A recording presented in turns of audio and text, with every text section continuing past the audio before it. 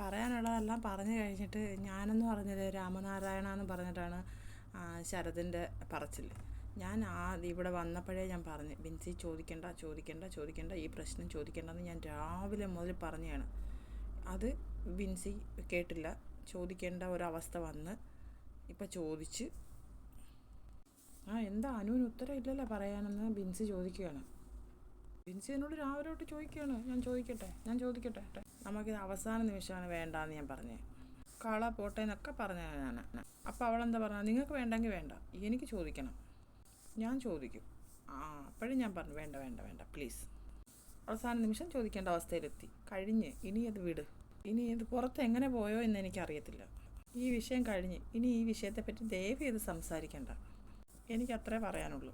ഞാനും ഈ വിഷയം ഒരാളോടും ഇനി സംസാരിക്കത്തില്ല. ഇനി എന്തിനാണ് സംസാരിക്കുന്നത്? എനിക്ക് ആരോടും ഒരു ദേഷ്യമില്ല, ഒരു പരാതിയില്ല, ഒരു പിണക്കവും ഇല്ല. ശരത്തിൻ്റെ ഡയലോഗുകളാണ്. ഞാൻ ആ വിഷയം വിട്ട്. എനിക്ക് ആരോടും പിണക്കവും ദേഷ്യവും ഒന്നുമില്ല. ഞാൻ പറഞ്ഞല്ലോ, നമ്മൾ ഒരുമിച്ച് കളിക്കാൻ വന്ന്, നമ്മൾ ഒരുമിച്ച് കളിച്ച് ഇവിടം വരെ എത്തി. ഇപ്പം ഫൈനൽ 5 കയറാൻ പോകുന്നു. അവർ കുറച്ച് പേര് ടോപ്പ് 5 എത്താൻ വേണ്ടി പോകുന്നു.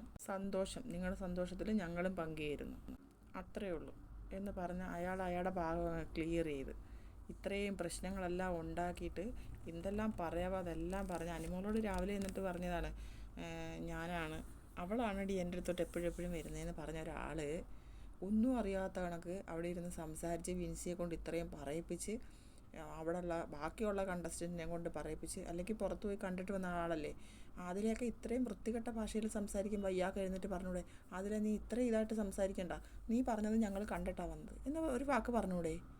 അതിലെ നൂറയും ശൈത്യവും ഒന്നും പറയാത്ത പോലാണ് ഇവരെ രണ്ടുപേരുടെയും പെർഫോമൻസ്. ഇവർ പുറത്തു പോയി കണ്ടിട്ട് വന്നല്ലേ. ഇത്രയും വിഷം ഈ ബിഗ് ബോസ് സീസൺ 7 അതിലൂടെയും ശൈത്യയുടെയും കണക്ക് ഇത്രയും വിഷമായിട്ടുള്ള 2 പേര് വേറെ ഇല്ല.